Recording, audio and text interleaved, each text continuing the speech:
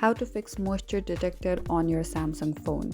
Hey everyone, welcome back to Tech Talks. Let's see how we can fix moisture detector on charging port on our Samsung device. First, as soon as you see the message, unplug your charger right away.